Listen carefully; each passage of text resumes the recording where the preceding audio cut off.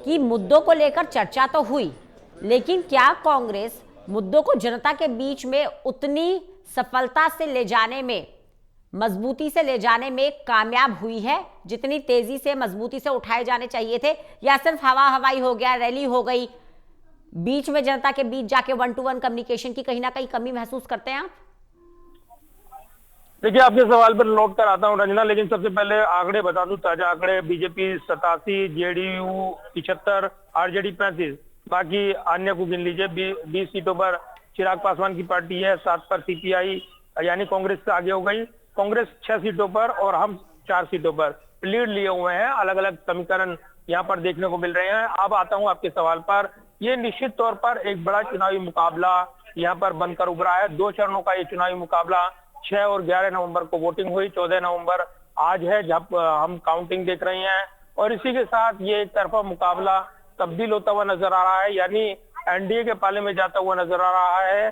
जिस तरीके से इस मुकाबले में तमाम उतार चढ़ाव रही हैं, चुनावी मुद्दे रही हैं, अलग अलग स्थानीय मुद्दे रही हैं, उनकी धार देखने को मिली है। लेकिन नीतीश का जलवा एक बार फिर चला है। ये कहा जा रहा है नीतीश अपनी साख बचाने में कामयाब नजर आ रही हैं और वो बड़ा फैक्टर बनकर उभरे हैं। यानी जिस दल के साथ भी जुड़े हैं वो सत्ता के करीब पहुंचे हैं। और एक बार फिर से वो जब बीजेपी के पाले में आए हैं तो ये नई जीत की पटकथा लिखते हुए यहाँ पर एनडीए गठजोड़ नजर आ रहा है। लेकिन एनडीए की इस जीत को कोई क्रेडिट देने के लिए महागठबंधन के नेता तैयार नहीं है। उन्होंने सीधे तौर पर चुनाव आयोग की मिलीभगत, एसआईआर, वोट काटे गए, ये मुद्दे वोट चोरी के गिनाते हुए आरोप लगा दिए हैं। राहुल गांधी ने 2 दिन पहले ही ट्वीट किया था, वोट देने से रोका गया, वोट नहीं डालने दिए जा रहे हैं। बीच में एक वीडियो वायरल हुआ जो लल्लन सिंह का था, मोकामा सीट, जो काफी चर्चित रही। मोकामा सीट पर हमने देखा लल्लन सिंह जो केंद्र में मंत्री हैं, जेडीयू नेता हैं, वो एक वीडियो में वायरल हुए और कहा गया कि वो रोक रहे हैं, वो न डालने दिया जाए, अगर निकाला जाए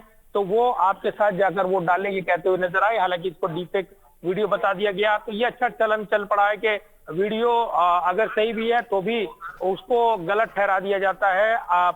फोरेंसिक जांच होती है वीडियो की, इसके बाद उसको सही ठहराया जाता है। लेकिन उधर चुनाव आयोग की ओर से, राज्य की ओर से कार्रवाई करने के निर्देश दिए गए थे। लेकिन इस पर आगे कार्रवाई क्या हुई, ये बड़ा सस्पेंस बना रहा। दूसरा बड़ा मुद्दा है जो विपक्षी ओर से उठ रहा है, वो है कि जिस तरीके से एसआईआर की प्रक्रिया थी वो पारदर्शी नहीं थी और इसीलिए काफी वोट कटे हैं जो अपनी शिकायत दर्ज नहीं कर पाए।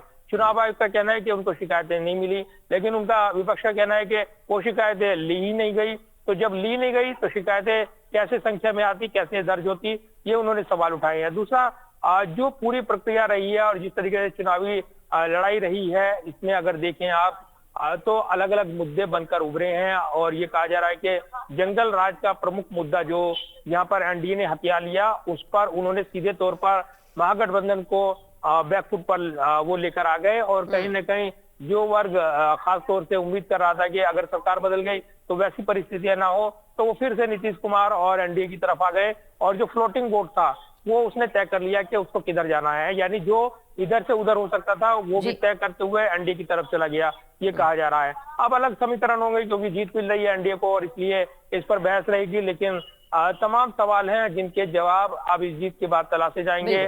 तो पहली प्राथमिकता तो ये है कि कितने नंबर आते हैं यहाँ पर एनडीए के पाले में, क्योंकि एक लैंडस्लाइड विक्ट्री की ओर एनडीए दिखाई दे रहा है। और जैसे कि कांग्रेस ने प्रवक्ता कह रहे थे जो महाराष्ट्र से आते हैं कि ये तो महाराष्ट्र की तर्ज पर खेला हो गया है, वो ये आरोप लगा रहे हैं। तो सीधे तौर पर अगर देखें तो इस पूरे मुकाबले में तमाम उतार चढ़ाव आने अभी बाकी हैं। क्या अंतिम नतीजे होंगे, इसका इंतजार किया जा रहा है। बिल्कुल, नतीजों का इंतजार किया जा रहा है। लेकिन ललित, लगातार एक पोस्टर है जो सामने आ रहा है, हमरे बिहार का एक ही स्टार, हर बार नीतीश ही सरकार। तो यानी ये बिल्कुल क्लियर मैसेज देने की कोशिश की गई है कि कंपटीशन में कोई है नहीं। बिल्कुल, देखिए नीतीश कुमार के नाम पे ये जीत सारी दर्ज हैं। वो भले ही महागठबंधन में रहें या फिर एनडीए में रहें, लेकिन चुनाव हमेशा नीतीश कुमार ही जीते हैं और लगातार 20 साल से मुख्यमंत्री हैं और इस बार भी जो है चुनाव जीते हैं, जीतने वाले, जीत की तरफ आगे बढ़ रहे हैं। अब सवाल सबसे बड़ा ये है रंजना कि क्या वो मुख्यमंत्री बनेंगे या नहीं। और ये जो पोस्टर की भाषा है ये बता रही है, ये एक तरीके का वो हो गया है कि जो मुख्यमंत्री हैं वो हमेशा नीतीश कुमार ही रहेंगे और जीतेंगे जो हैं वो नीतीश कुमार ही जीतेंगे। तो कुल मिलाकर के नीतीश कुमार एक तरीके से जीत की गारंटी टाइप हो गए हैं और उनके नाम पर जब ये पूरा चुनाव लड़ा गया तो इस बार भी हम देख रहे हैं कि भारतीय जनता पार्टी 80 पार चली गई है। जेडीयू जो है वो 75 पार में इस वक्त खड़ी है और आरजेडी जो है वो 50 सीटों पर है। और पिछली बार हम आंकड़ा देखें तो नंबर 1 पार्टी जो है वो आरजेडी थी, नंबर 2 पार्टी बीजेपी थी और नंबर 3 पार्टी जो है जेडीयू थी।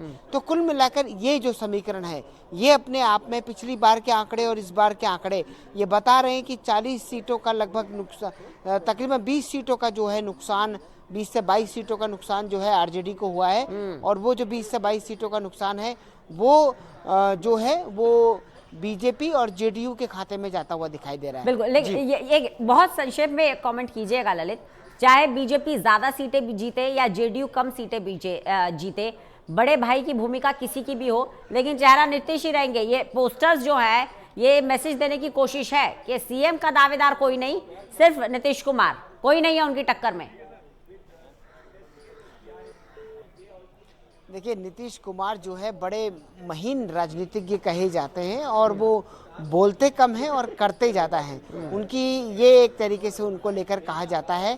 तो जब एक लंबे समय से ये चर्चा चल रही है कि आखिरकार बिहार का मुख्यमंत्री कौन होगा और नीतीश कुमार और ना ही उनकी पार्टी का कोई दूसरा नेता।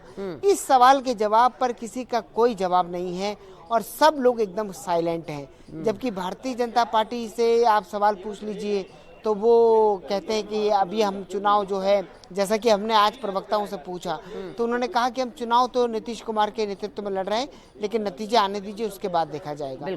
तो ये